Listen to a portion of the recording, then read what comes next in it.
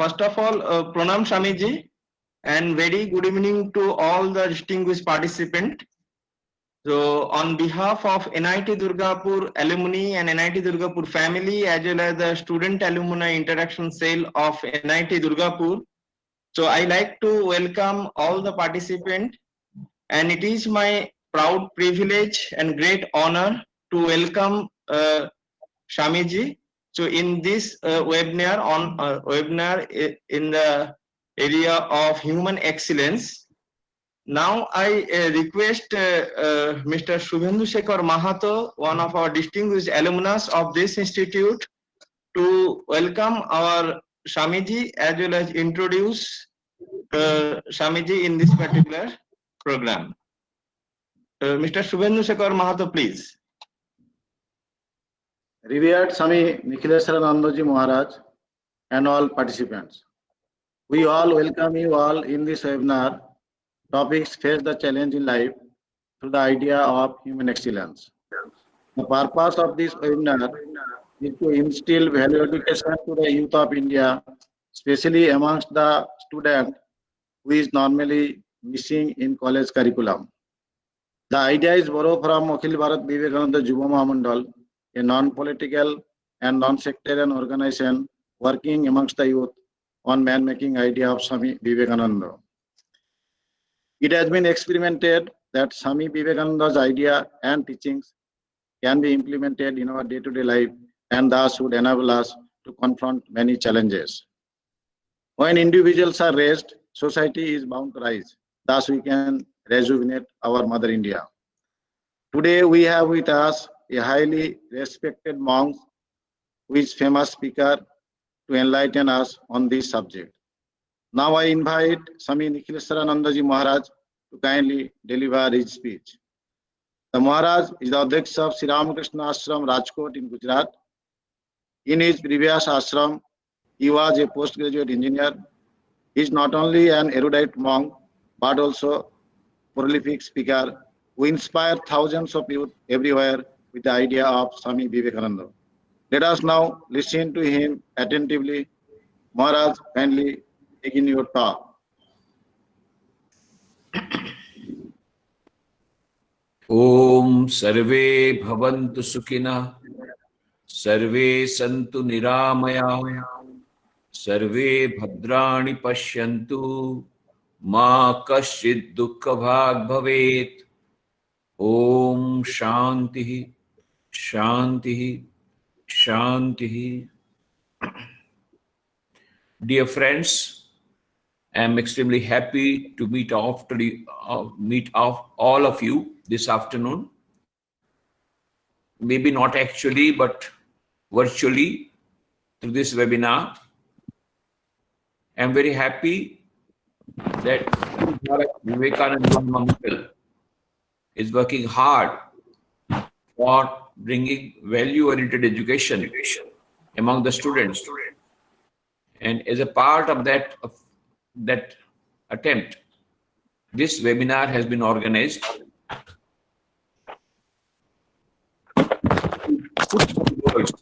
Put my ideas in the light of the message of Swami Vivekananda.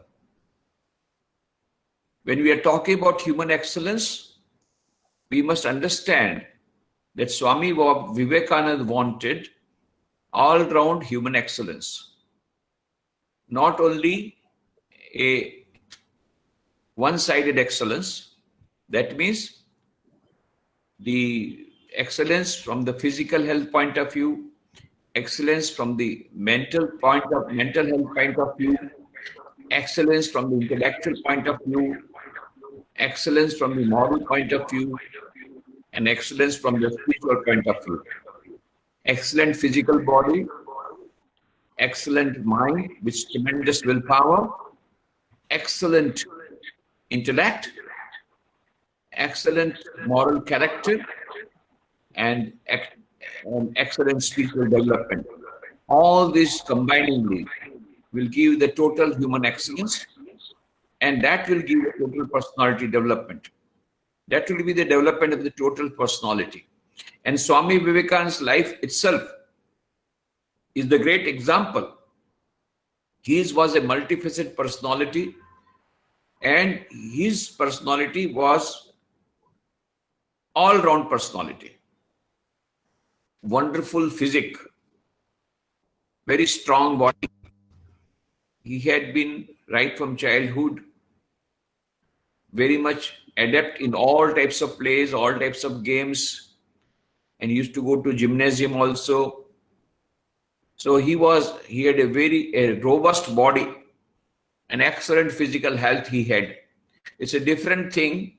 It's a different matter that afterwards, when he was wandering all over the country before going to participate in the World's Parliament Religion in Chicago, he was wandering all over the country, and that time there are many days when he would not be able to get something as food because he had taken a vow not to touch money, and so he would have to depend on begging. Sometimes he would get bread, sometimes he would not get, and all those things, and then those hardships.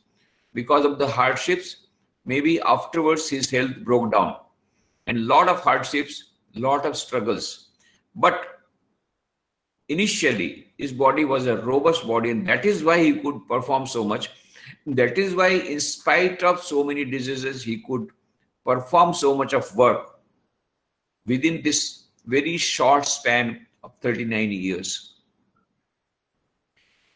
On 4th July 1902, at the age of 39 years, he left his body, and before a few days of leaving his body, he told, "When I pass away, you cremate me here," showing a spot near the Ganges in Belur Math, while sitting and near a bell tree. Now there is another bell tree at that very spot, and that very spot now the temple of Swami Vivekananda stands, because on that very spot, on 4th July 1902, when he passed away, on 5th July, his body was cremated as per his desire. But at that time, nobody imagined. They said, "Oh, you are so young. Why do you want to give up your body so quickly?" He said, "I have done enough for next 1500 years. I am not going without doing my work. I have done my job. It will take 1500 years for us to understand the significance and the real import of the message that he has given and to implement his message." If you go through the complete works of Swami Vivekananda, 9 volumes, his letters, his lectures, his talks, his conversations, and all that, if you go, so many ideas that he has given, it will be very difficult to implement those ideas because, first of all, we do not know now the importance of it. Gradually now, those ideas that he gave at the time, he was so far ahead of his time. Now in the age of globalization, we can well appreciate some of his ideas. And some of his ideas will be appreciated more by the future generations. That is why this great historian was asked this question, that how do you think about the importance of Swami Vivekananda? During the centenary of Swami Vivekananda, he was asked this question. And then he said, well, it is very difficult to evaluate the importance of Swami Vivekananda on the scale of history only after 100 years. Maybe the future generations will be able to understand his significance, his life, his importance better. So anyway, now what we had, he had a robust physical body, physical health, excellent physical health, excellent mental health, tremendous willpower, so many challenges. We are talking about, the main topic is challenges. Now, if you really want to face the challenges of life, then you have to have an excellent body, excellent mind, a strong mind, a strong willpower. What he said in his own words, what we want is muscles of iron and nerves of a steel, under which dwells a mind made of the same material of which the thunderbolt is made. And that is what he had, a mind of the thunderbolt and muscles of iron, nerves of steel. He had that, and that's why he could say like that. So, excellent physical health, excellent mental health, excellent intellect, the wonderful intellect that he had, what a capacity of intellect, and then excellent moral and spiritual development. All it was a total development that he had. And this is what he said, that in order to have human excellence, we must have total personality development.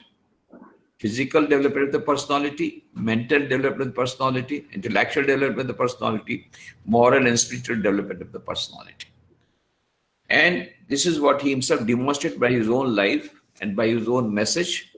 And when we have that one, we will be able to face the challenges of life. It may be any challenge. So let us start with the present. For example, as an example, all of us are facing challenges in life. In fact, Swami Vivekananda was asked this question by Maharaja of Khetri, Ajit Singh Ji, who was his disciple. He said, Swamiji, what is life? Swamiji replied, my dear priest, life is the unfoldment of a being under circumstances trying to press it down. It is a struggle. Everybody will have to undergo struggle. Everybody will have to face challenges today or tomorrow, and we have to be prepared for that. And if we have excellent physical, mental, intellectual, moral, and spiritual health, and moral development, spiritual development, excellent physical health, excellent mental health, and excellent intellect, then we will be able to face these challenges squarely. So Swami Vivekananda has given us that know-how, how to face the challenges of life. First of all, we have to be very bold. Every challenge has to be faced squarely. This is the lesson that he learned, Swami Vivekananda learned himself when he had gone to Benares. When Swami Vivekananda had gone to Benares during his Parivrajaka days, when he was wandering throughout the country, at that time, when he went to Durga temple, when he was coming out of Durga temple, he found a few monkeys chasing him. They were all big monkeys, large size, with black face. And so Swamiji got afraid and started running. And the monkeys started running after Swamiji. They started chasing him. Now, it so happened, on the one side there was a big tank, a pond. On the other side was a big wall. So he could go only forward and forward. And these monkeys were chasing. After some time, Swamiji got exhausted. Now what to do? One side is the pond, another side is the wall. At that time, he heard loudly an old monk was shouting, "Hey, daro mat, bandar ka samna karo. Don't be afraid. Face the monkeys, face the brutes." And Swamiji, he stopped, he looked back, and he had a stick in his hand. He showed that stick like that. And all the monkeys fled away. Later on, in his lecture in America, he said, that day, I learned one of the greatest lessons of my life. And what is that? Face the brutes, face the animals, face the difficulties of life squarely. If you face them squarely, if you face them with boldness, courageously, difficulties will run away. But if you are afraid, the difficulties will chase you. So that fear has to be removed from our mind. Most of the time, first thing we have to remember, life means struggle and we will have to face challenges. But we will have to convert these challenges into opportunities for growing higher. Because Swami Vivekananda says, the greater the struggle, the greater the person who comes out of it. Greater the struggle, the greater the person who comes out of it. So struggle should be welcome, because the greater the struggle, the greater the person who comes out of it. But you have to come out of it. How you have to come out of it? Face the brutes, face the difficulties squarely, with boldness, courageously. So courage, that is what is required. Tremendous courage is what is required. And if you are courageous, any difficulty, if you face it, then the difficulties will run away. Now we are talking about the challenges of life. Now one of the greatest challenges in front of us is the challenge that is due to coronavirus pandemic. Okay, take it just as an example. Now, every one of us has got some apprehension, and we are all suffering to a lesser or greater degree due to this coronavirus pandemic. Now, I will not go for the solution at the macro level. What World Health Organization should do, what Government of India should do, what the health department can do, what government can do. I will not go into that. That's a different thing. What we as individuals at the micro level we can do. Now supposing coronavirus, what are the problems? One problem is that we have a fear that we may get coronavirus. We may be affected by coronavirus. That is number one. For that, what we can do, we can keep social distancing and all those instructions that have been given, keeping the sanitizer and all that, washing hands with sanitizer. And what are all the instructions that have been given, remaining most of the time at home, not going for seminars, but going for webinars like this. Like that, we try to implement all the instructions given by the health department, by government and other ways. That is number one. Second thing is that we have to have immunity. Now, immunity is of two types. One is the immunity that is called physical immunity. This physical, and always remember, the modern science, the modern researchers have proved that body and mind are interrelated. So most of the diseases are psychosomatic in nature. So body and mind, they affect each other. So as far as body is concerned, physical body is concerned, there are certain things that we can do to increase our immunity. For example, taking the vitamin C, lemon with hot water and all that, whatever your doctors have told. Second, more important is mental immunity. If you are mentally strong, if you have got tremendous willpower, if you have got mental immunity, then you will be able to face this problem of coronavirus pandemic in a much better way, and you will be able to save from them. In fact, there is a beautiful book that is Ralph Waldo Trine. In that, Ralph Waldo Trine says in his book, there is an example given, In Tune with the Infinite, that is the name of the book. The example is given that the goddess of plague was going, and somebody asked, "Where are you going?" She said, "I'm going to Baghdad to kill 15,000 people." Okay. Now, after a few days, when she was returning, she said, that person said, "You were telling that you are going to kill 15,000 people in Baghdad, but I heard that 1 lakh people died." She said, "I killed only 15,000, rest 85,000 died due to fear of plague." So here, we are dying out of fear of coronavirus. Many people are dying out of that because their mental immunity has gone so weak. They are already so much afraid of that. So that mental immunity will come when we are bold. Face the challenge. Face the challenge of coronavirus. We should not be afraid. And we should have analytical thinking. How many have died so far? And how many have been affected? What is the percentage, number one? And what is the guarantee that you will be affected, number one? It is quite probable that what is the probability percent that you will be affected? And if you keep if you maintain all the precautions, then how is it that you are going to be affected? Now, even if you are affected, how is it that you think that you will die? It's only 2.5% is the death, is the ratio of the death. So, and that also, most of the people who are dying are very old age or having a lot of ailments and all that. So there are some exceptions where young people are also dying, but that is the percentage is much less compared to the old people, whatever it is. So this mental immunity will come Most of the fears are imaginary in nature. We have to remember that. Imaginary. All fear, all bondage, all weakness is imagination. Speak one word to it and it must vanish. All fear, all bondage, all weakness is imagination. Speak one word to it and it must vanish.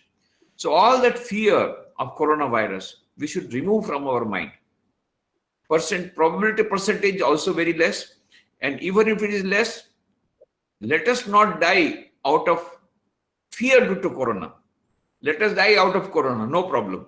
If at all we have to die. But let us not die out of the fear of corona. Most of the people are dying out of the fear of corona.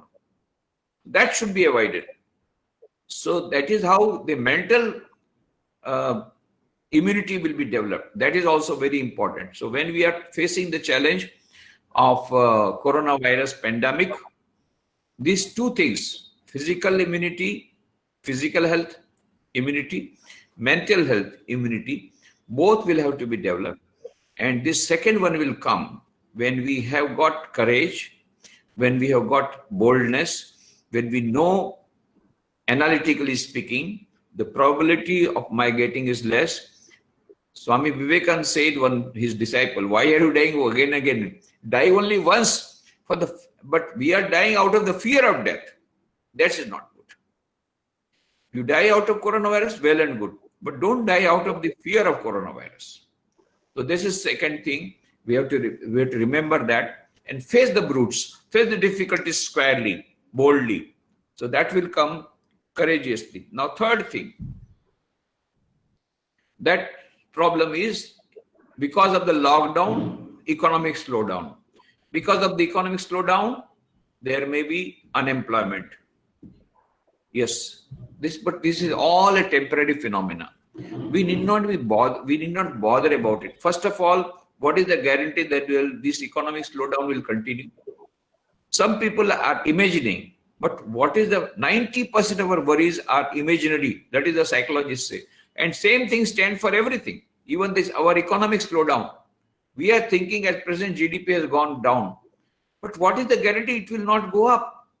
Why are you imagining now? And not only that, there is every possibility that now the whole world has gone against the dragon, that is China.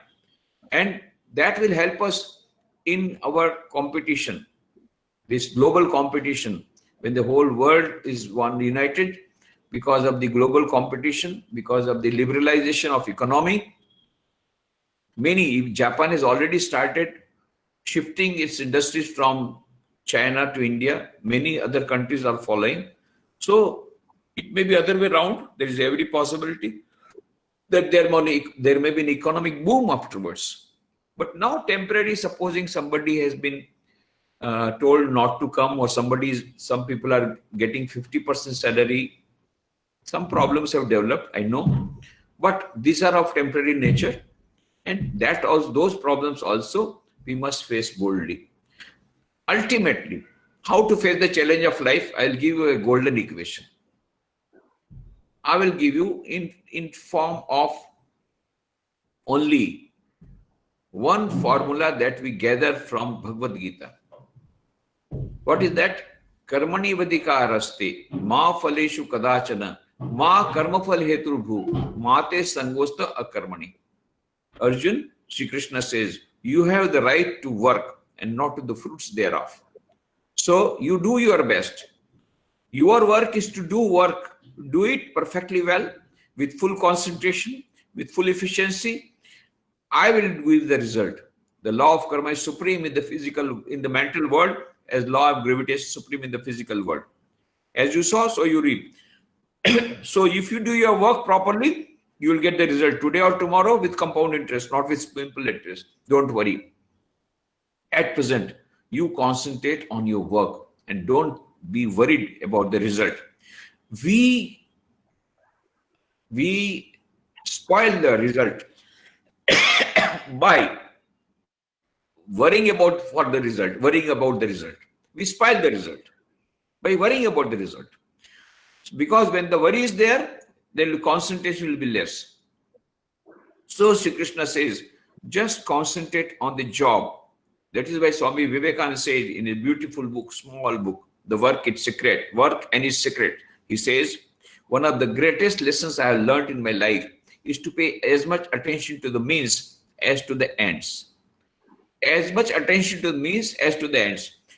So let us give more attention to means, that is to the work itself rather than the end. It will come itself. If our work is proper, end will come itself.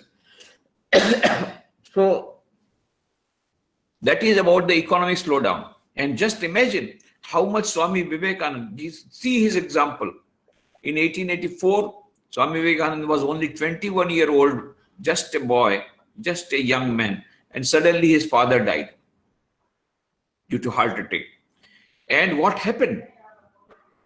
His partner, that is his father's partner, they betrayed, and there were false bills and there were false people who came forward to they're saying that your father had borrowed money and you must pay back. And his mother was a woman of self-respect. She didn't want anybody should point out any finger towards the family. So she started selling her ornaments. And he was from an aristocratic family. His father was Vishwanath Dutt, an attorney of the Calcutta High Court. And suddenly, because of the heart attack, whole situation changed. And his relatives, they evicted him from the house.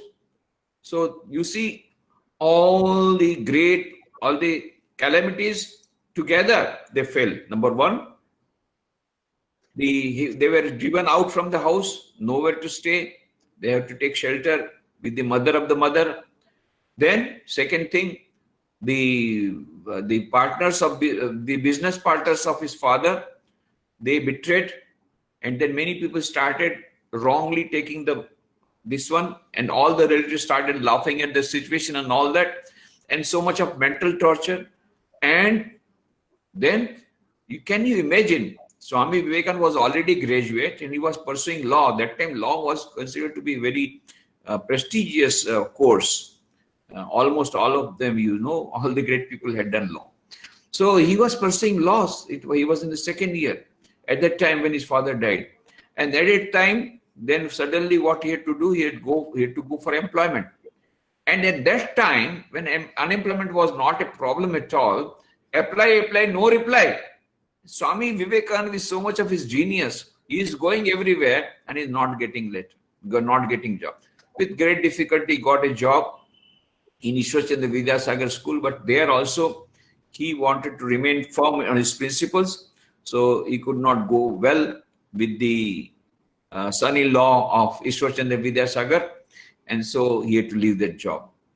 Again, he was jobless. Then sometimes he will go do some clerical work for 1 or 2 hours and get something. So many days he had to go without food, and he would tell his mother that I have got an invitation outside, knowing full well that there is not enough food for all the brothers and sisters. So if he takes food, they will not get the food. So he will tell lie and say, I have got an invitation. And then he would remain without food. Just imagine how much he had to undergo suffering, but he did not bow down. He had also to face the problem of unemployment, but he stood his guns and faced the problem squarely. And later on, as we find, that situation little improved, and then he fought the case, got back into the house. He himself pleaded because he was pursuing law. So all the problems, one after another, he solved. Then again, another problem came. Sri Ramakrishna passed away, his guru, and again all these brother disciples, they were so much of very much in sorrow, and then they got together a small house. They had no money, so they rented a house, and it was a haunted house. What to do? Because there's no only 11 rupees rent they could afford. So they got a haunted house. They said, we are also ghost. We are ghost of Shiva. Okay, let us sit. Let us live there. And the brother disciples and Swami Vivekananda lived there. And they were just living on alms. Sometimes they would not get alms. Sometimes they would go without food. all these difficulties passed through. Then he went for a Parivrajaka days. Again, he had to go so many days without food. His whole life, if you see how much struggle he has undergone, but he has never given himself to any sort of disappointment or depression, because he had the tremendous power of spiritual power. So ultimately, it is the spiritual power which will give you the mental power and all types of power. And because Swami Vivekananda had that spiritual power, he could withstand that. And how to develop that spiritual power in the language of the modern science, what we have to develop SQ. If we really want success, if we really want to face the challenges of life, all types of challenges. I gave the example of coronavirus pandemic, but any type of challenge that we want to face, the ultimate strength is from SQ. So Dana Zohar, she is a professor in Oxford University. She has written a book. The name of the book is SQ, Spiritual Intelligence, the Ultimate Intelligence, where she says neurologically, physiologically, biologically, psychologically, from every point of view, there is a concluding evidence. There is something called SQ, which is the basis of both IQ and EQ. So what is IQ? IQ will tell you how to play the game of life. What is EQ? EQ will tell you emotional quotient, emotional intelligence will tell you how to play the game of life under changed circumstances with changed strategies. And what is SQ? SQ will tell you whether to play the game of life at all or not. That is your choice. What is the purpose of life? What is the meaning of life? Why we are here on this earth? What do we want to achieve before we die? All this will be decided by SQ. So once SQ comes, IQ, EQ will come automatically. Development of SQ is a must. If you really want human excellence, total human excellence, facing any challenges of life, we have to develop SQ. How to develop SQ? Swami Vivekananda gives a beautiful gist of the whole of Vedanta in his book on Raj Yoga, which gives us the total know-how as to how to develop SQ, which we do not get in the Western psychology. What is that? Swami Vivekananda says, each soul is potentially divine.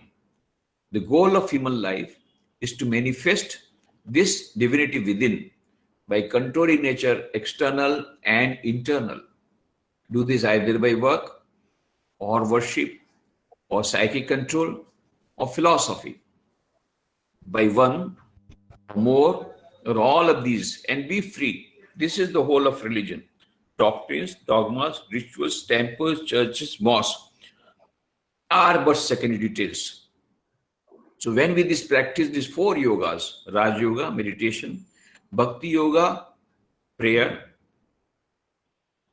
Jnana Yoga, inspirational reading and reflection, and Karma Yoga, unselfish service.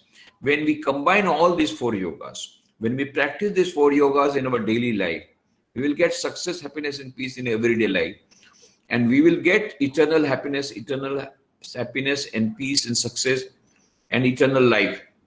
And in the process, when we are getting strength, when we are getting spiritual strength, when we are getting mental strength because of the SQ, we will be able to face challenges of life, whether it is pandemic, coronavirus pandemic, whether it is problem of unemployment, whether it is problem of economic slowdown, or whether it is the fear, unnecessary fear or imaginary fear of dying or some relative dying, this imaginary fear, these worries, everything will go when we develop this SQ by the practice of these 4 yogas in daily life. So now the last word about how to face challenges of coronavirus. One thing is that first we told how to develop our physical immunity. I have not gone into details.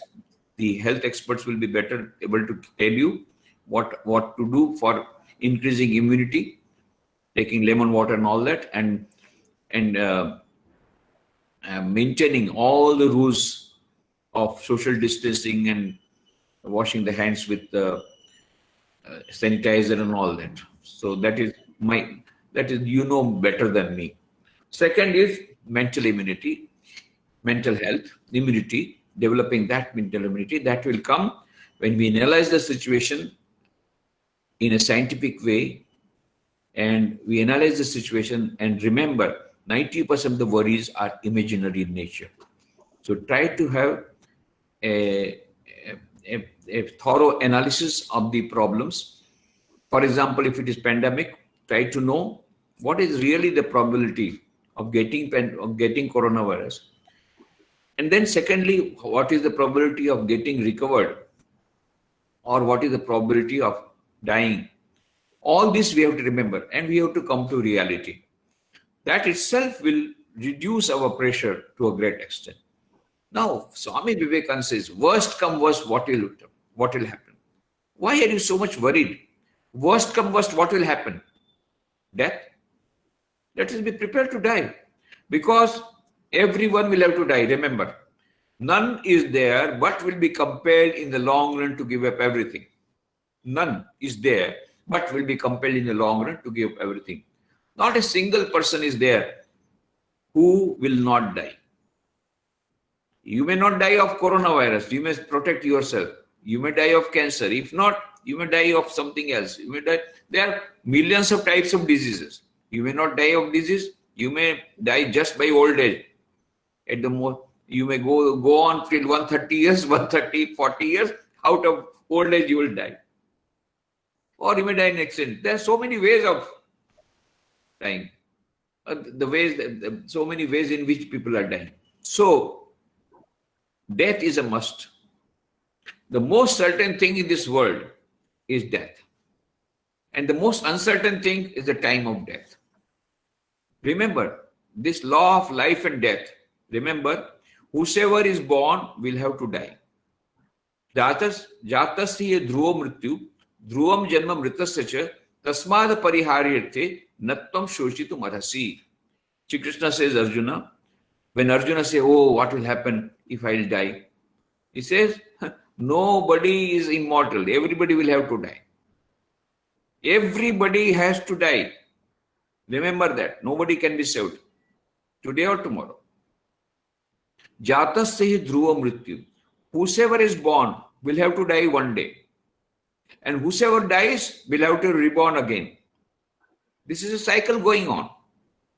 Unless until somebody has realized God, has got nirvana, he will come out of the will. Otherwise, that will go on. Punarapi janamam, punarapi maranam, punarapi janani, jathare shayanam, iya sansare, bahudustare, kripya paho, pahi murare, bhajagovindam, bhajagovindam. Adi Shankaracharya has written a beautiful stotra that everybody will have to undergo this process. Dying, reborn, again dying, reborn. This is the process. Everybody will have to go through that. Some will die early, somebody will late, but everybody has to die. So what of that? That death will come to everybody. Face it boldly. We are prepared for that. Once you are prepared for death, then what fear can come? This is the worst of our miseries. What imaginary fear can come? What imaginary worry can come? Yes, we are prepared to die the game. Let us die. What is that? Death is certain. It may come any moment. But we should not die ourselves. That is suicide. That is bad. If you commit suicide, then they say you will have to go to a ghost. You will have to take up a ghost body and undergo a lot of suffering. And again, reborn in some animal form and all that. You will not get human birth next time. So that is a reverse journey. Don't do that. But we have to be prepared. Not that we die out of by committing suicide. No, that is not the idea. Idea is that we will try our best to protect ourselves.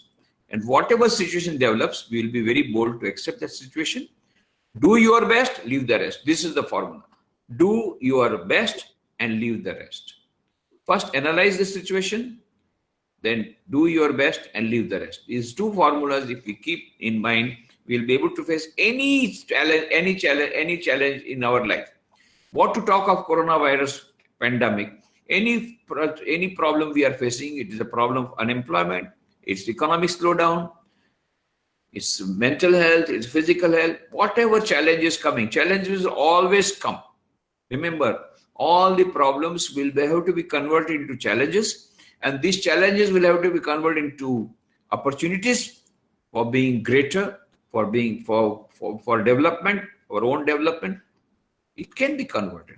These challenges can be converted into opportunities. This is what we have to do. For that, what we need is human excellence. What are the types of excellence? That is physical health, excellent physical health, excellent mental health, and excellent intellectual development, excellent moral and spiritual development.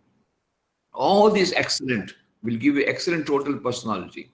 This excellent total personality, this will help us to face any challenge in life, whether it is pandemic, coronavirus pandemic, unemployment, economic slowdown, whatever. And always remember, Swami Vivekananda says, life is nothing but the struggle of a being under the circumstances, trying to press it down. Always there will be problems. And the greater the struggle, the greater the person who comes out of it. If you give examination of graduation, you'll get certificate of graduation. If you give examination of post-graduation, you'll get certificate of post-graduation. But you have to work harder.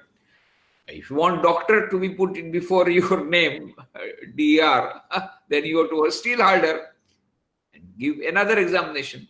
So the more examinations you give, the more struggle you do in life, the more you prosper, the more you go forward, the more you become great. That is the idea. So I'm very happy. I have just given some stray thoughts that came to my mind, but I'll be very happy to give answers to your questions. I'll be very happy to give. I want to reserve some time. Already we have only 9 minutes left. So better, I would request you to, I'll be very happy to share. If there is any question, I will be very happy to answer your questions. That will be better rather than I'm going on theoretically on what to do, how to face challenges of life. You give me the question, I give the reply. Is it okay? How to train mind and get out of Procrastination. Engage my mind into a work and it. That is okay. There is a question here: how to train mind to get out of procrastination and engage my mind into work or a habit that too harder or more difficult than to be in the prison of comfort zone. Yeah, wonderful question. So you will have to come out of comfort zone naturally, and that is very much necessary if you really want to go forward, and you have to come out of that.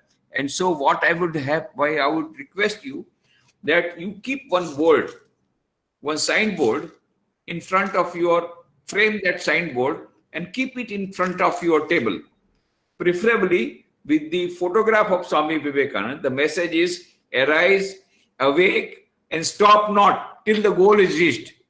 So always you will be given. So many people told me that sometimes there is lethargy comes, sometimes we are lazy, sometimes we become despondent, sometimes we become depressed, all that. But when we remember this, and sometimes we become lazy, when you remember this sentence of Swami Vivekananda: arise, awake, and stop not till the goal is reached. Remember that. Keep that sentence written down in a beautiful form with the Swami Vivekananda's beautiful photograph. And so go on reading that. Whenever you are feeling little depressed, whenever you are little low spirits, when you are feeling lazy, just read that sentence. And I think that will help you. Okay, any other question? How to control anger in workplaces? What should do? Yeah, very beautiful question. You know, anger management has become a very important phenomena, and there are so many books that have come out how to control anger. In fact, one book from our publication department is already there. How to Control Anger by Swami Buddhananda is available. Another book is there, Mind and Its Control. Both the books should be read. But I will give briefly because we have very less time, that why the anger comes. Have you ever thought about it? Why the anger comes? If you go, if you introspect, you will find anger comes when our expectations is not fulfilled. When our expectation is not fulfilled. I wanted some type of treatment from you, some type of behavior from you I was expecting, and when I don't get that behavior, or when I don't get whatever I was expecting, then I become angry. So always remember, everything will not happen according to our Lord. होता वही है जो मंजूर खुदा होता है. Whatever happens by the will of the Lord. That does not mean we should not do any work and keep tight. No. So what we should do your best and leave the rest. First you do your best, then accept whatever result comes. You have to accept it wholeheartedly in the spirit of sportsman's spirit. Then you will not be despondent, you will not be disappointed. And when you are not disappointed, then this anger will not come, the reaction will not come. So we have to avoid any reaction. This is most important. We should not be reactive. We should be able to absorb that shock. So this is one way, that is remembering this thing. होता वही है जो मंजूर खुदा होता है. Whatever happens, it happens by the Lord, happens by the will of the Lord, and whatever is for our good, accept it. Don't expect. Expectation will always bring misery. Expectation will bring sorrow. Expectation will bring anger. Number one. Number two, and knowing full well, second thing is ego. I. When the ego is strong, the willpower will be also strong. Simultaneously, anger will be also strong. So whenever we keep more and more angry, that means our ego is becoming stronger. Then we have to remember what is the price we have to pay. Let us introspect. Is it good to get angry or not? And if it is not good to get angry, then our mind, we have to tell that whatever we are gaining through expressing anger is much less compared to what we are losing. So this introspection has to be done. We have to curb that ego. Remember that formula. होता वही जो मुझे खुदा होता है. Whatever happens. Everything will not happen according to our wish. So we have to accept it. But that doesn't mean we will not try. Try our best, then leave the rest. Can you try better than best? Then you try better than best. Then either accept it cheerfully or accept with tears, whatever. But you have to accept it. It depends upon you how you accept it. Accept it cheerfully, the sportsman's spirit. Whatever cannot be cured must be endured. Whatever cannot be cured must be endured.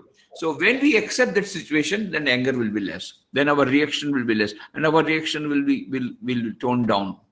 How to get free from the bondage or attachment with someone with whom I am deeply connected with emotionally, but which drags me down both mentally and emotionally and stop me to fulfill my purpose of life? Beautiful question. Now, as I was mentioning to you, that book, Work and Its Secret, there Swami Vivekananda has beautifully explained that attachment is the source of all our misery. Attachment is the source of all our misery. Attachment is also the source of all our happiness. But attachment is the source of all our miseries. Now, what should be done? Now, supposing we don't have any attachment, what will happen? Do we want to become like walls? Swamiji says, walls do not have any attachment, but they are after all walls. So that does not mean that we should become walls. So we should have attachment. We should have the capacity of attaching our mind fully, but at the same time, we must reserve the power of detaching ourselves at will.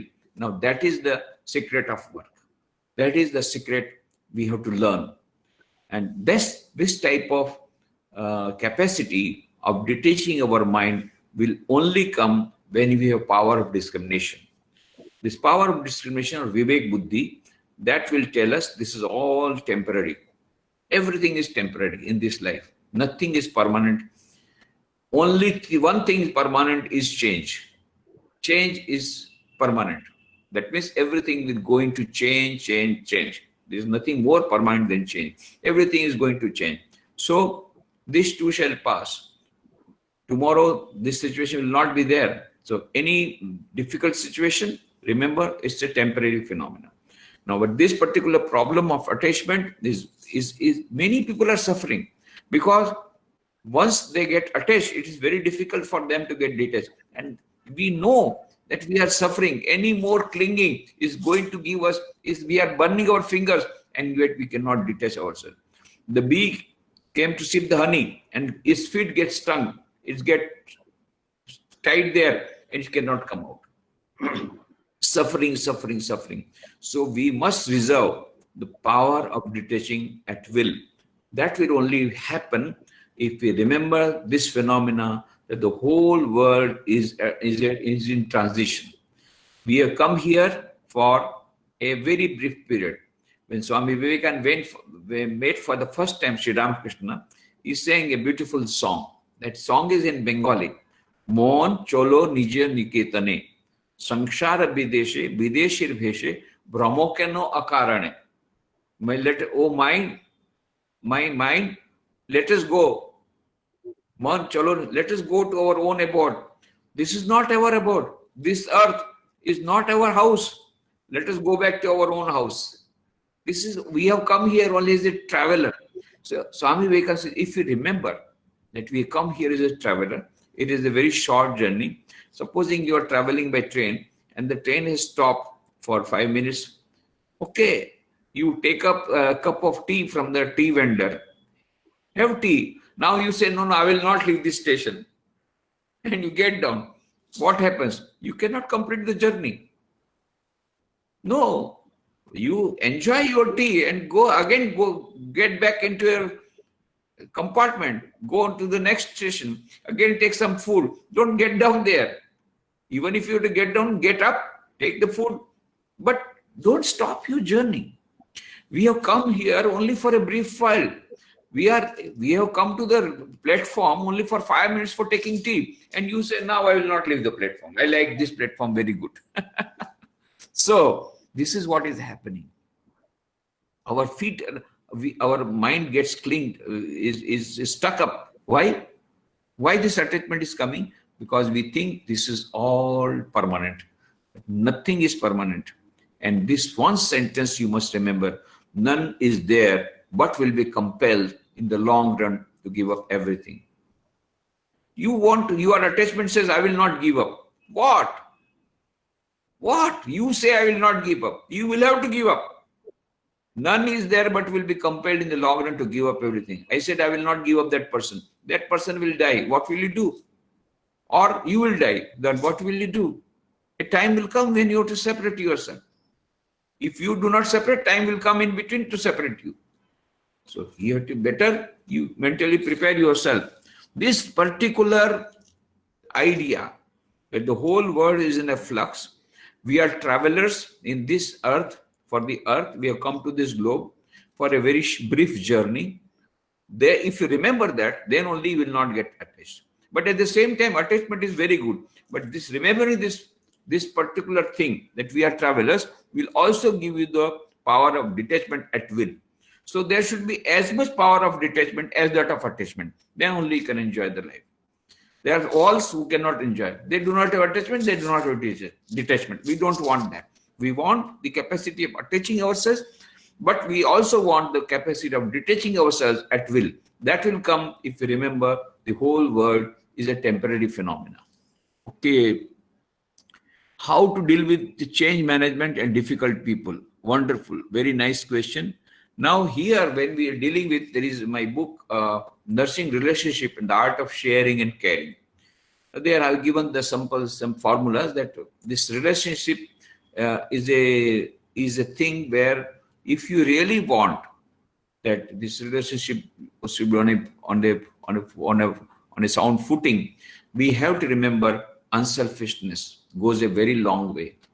Unselfishness, wherever selfishness is there, it is nurturing relationships like nurturing a plant. So first of all, there should be good soil, number one. Number two, then there should be we have to pour water over it. What is water? Water is love. Love is the water. Now, and that water, remember, that water should not be salty water.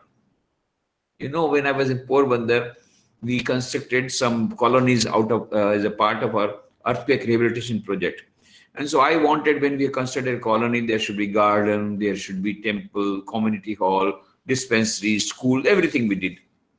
And I thought, let it be Nandanvan. So we planted many trees and all the plants died. Why? What happened? You see, water was, lot of water was there, but Porbandar is near the sea. If you just dig 10 feet, there is water, but it is saltish water. Saltish water will not do. So what we did is we had a water harvest project. We had a dam, and we conserved the rainwater, and from that sweet water we provided that sweet water to the plants, and all that they have become beautiful trees. Now they have become. We have a beautiful colony there near Porbandar. If you go there, you can see it. So whatever it is, so what we want is water, that is love. But what type of water? Sweet water, not saltish water. What type of love we want? Not the saltish love. What is saltish love? Selfish love. That is saltish love. And this most of that our love is unfortunately salty water. It is a selfish love. Even the parents, I asked one person, one girl was weeping. What happened? No, I wanted to marry the person, and then my father is not loving. I asked the father, what is the problem? Boy is very bad. No, boy is very good. Then, but he is from a different caste. So, do you think that your daughter will be happy with that boy? Yes, that I know. But I will have to face the caste people, and he is from a different caste. So I said, that means you are selfish. You know that you are not caring for her happiness. What you are caring for is your happiness. This is saltish love. Outsidely, you feel that you are trying to protect your daughter from going for intercaste marriage. Ultimately, analysis? What is there? Yours is a saltish love. So most of the problems are arising because we have got saltish water, saltish love, selfish love. So if you really want that relationship, proper relationship, when you have that one, then understand that fear is the most enemy for all of us. In spite of knowing that the fear is impractical or in future, still we cannot come out of this fear. Oh, very good. Very good. Okay. Remember this one story. That's all. You have to remember one story. I tell this story to all the students. And this is a story that was told by Swami Vivekananda in America. In America, as you know, he went to the Chicago Parliament of Religions, and while talking about Hinduism, he gave them the shloka from the Shveta Upanishad. Shrunvantu Vishve Amritasya Putra Aye Dhamani Divyani Tastu Vedahametam Purusham Mahantam Aditya Varnam Tamasa Parastat Tameva Viditvati Mrityaveti Nanya Pantha Vidyayanaya. I have found the ancient promises beyond all miseries. By knowing him alone, you shall be free from all miseries. And then Swami Vivekananda said, my dear sisters and brothers of America, let me call you by this sweet name. What is that? Amritasya Putra. Ye, the children of immortal bliss, holy and perfect beings. Ye, divinities and sinners, it is a sin to call a man so. It is a standing liable on human nature. Come up, alliance, and shake off the delusion that you are sheep. Your soul is immortal. Free, spirits free, blessed and eternal. You are not matter. You are not bodies. Matter is a servant, not either servant of matter. So this is the message that Swamiji gave. You are come up, alliance, and shake up the delusion that you are sheep. And then he used to narrate a story. A lioness was going along in the forest, and in order to cross a flock of sheep, the lioness jumped. It was pregnant at the time. So it gave birth to a small cub. The small cub fell into the flock of sheep, and the lioness went to the other side and died on the spot. Now this small lion cub started weeping. Why? Because it had lost its mother. So now the mother of the sheep started taking care of it. And this small lion cub started going along with the sheep, eating grass like the sheep, playing with the sheep, running with the sheep, bleating like the sheep, bah, bah, bah, and behaving like the sheep. Now, after a long time, another lion, big lion, came to this forest, and it saw at a long distance all the sheep are going, bah, bah, bah, they are bleating. And he was astonished. At the end of this flock of sheep, there was a small lion, and it was also bleating. Bah, bah, bah. Huh? What is the matter? In order to understand this matter, it came nearer. In order to understand why this small lion is bleating like sheep.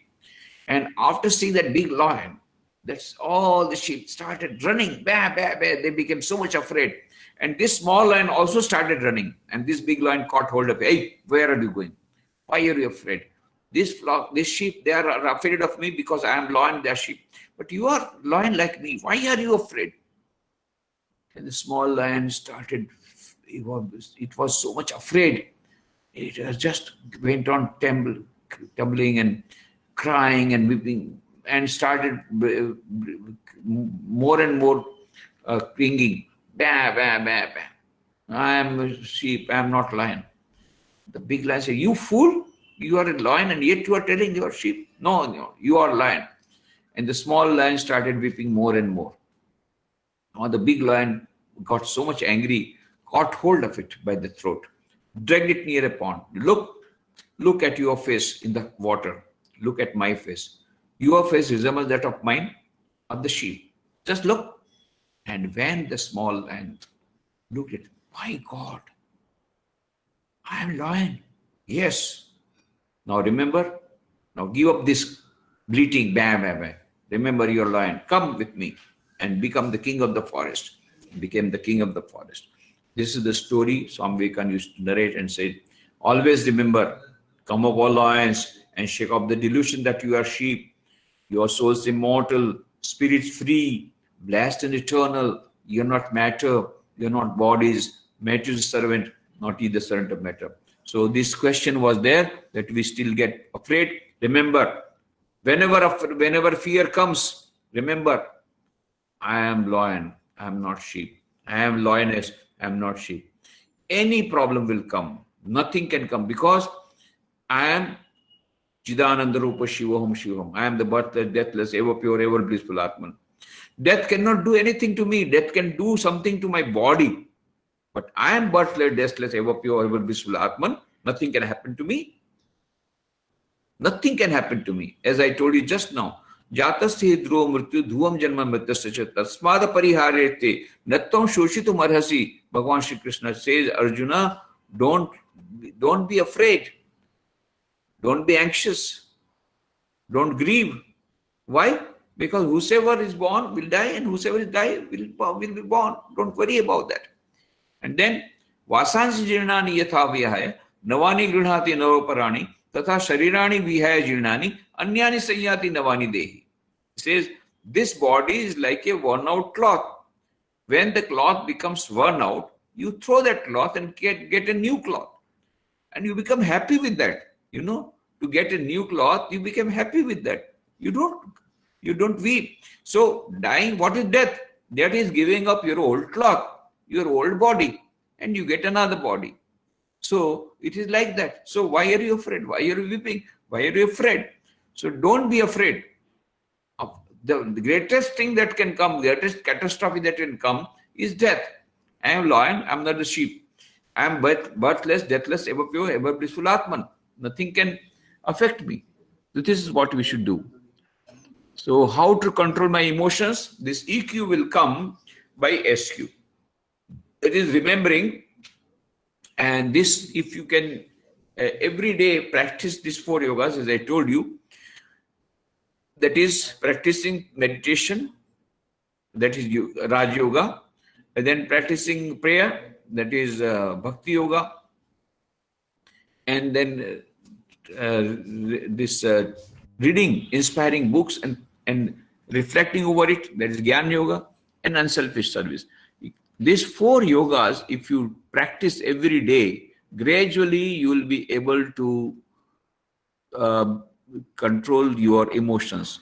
Another thing is that if you want to, you control mind and you control emotion, controlling the mind or controlling the emotion, whether it's the emotion of attachment, whether it's the emotion of anger, all these emotions, if you want to control, you have to control the mind. Now, how to control the mind? The control of mind will be easy if your mind is pure. How the mind can be made pure? By pure intake, by eyes, by ears, by mouth, from all these things, from your senses. If you take pure intake, that means looking at good things, reading good books, reading powerful books, not reading bad books. Similarly, looking at good things, not looking at bad things. Hearing positive things, seeing positive things, speaking positive things. Do not criticizing anybody, but while have a word of appreciation for others. So if we have the good food, whenever you see the programs in TV and all that, that is also good. It should be good food from the eyes, from ears. Positive things should be, your reading should be positive thoughts. Whatever you see should be positive. Whatever you read should be positive. Whatever you listen is positive. Whatever you speak is positive. Then your mind will be positively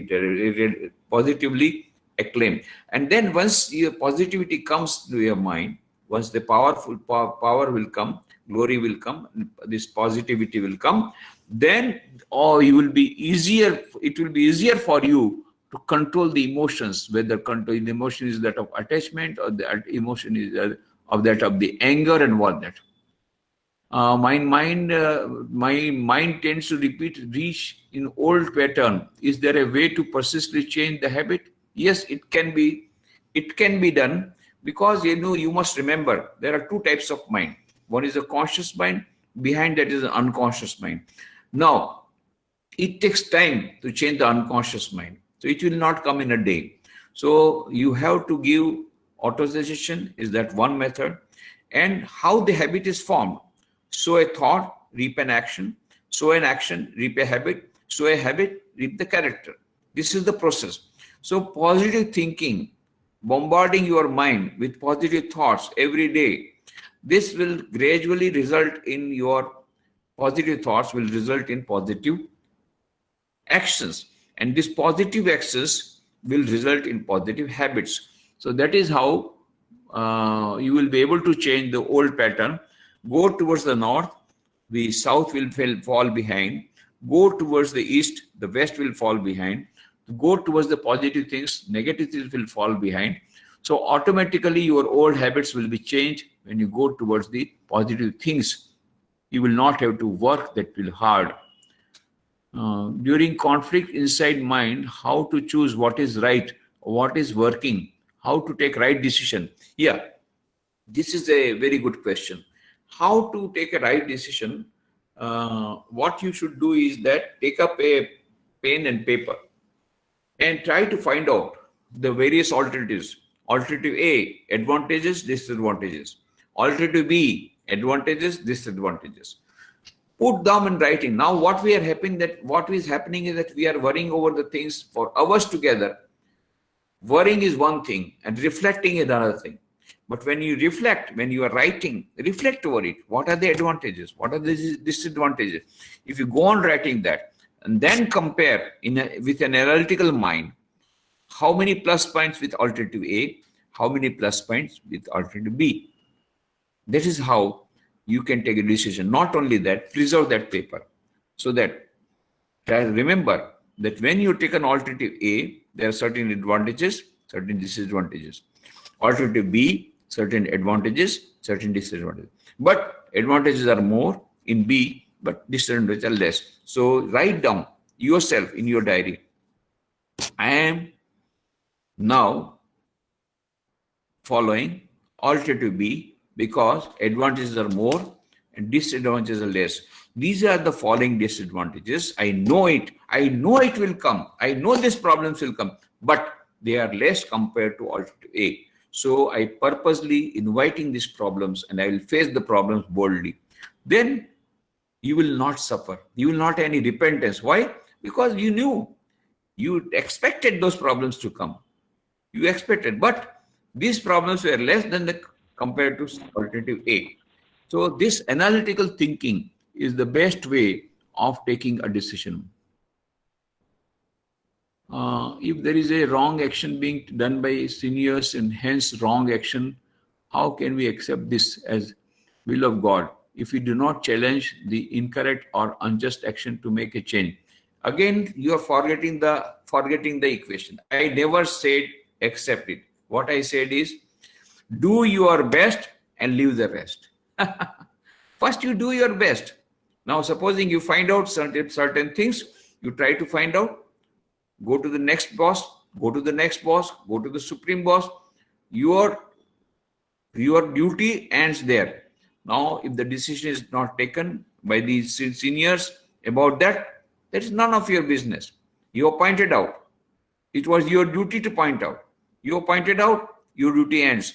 Now, if anything happens, you are not responsible because your duty was over.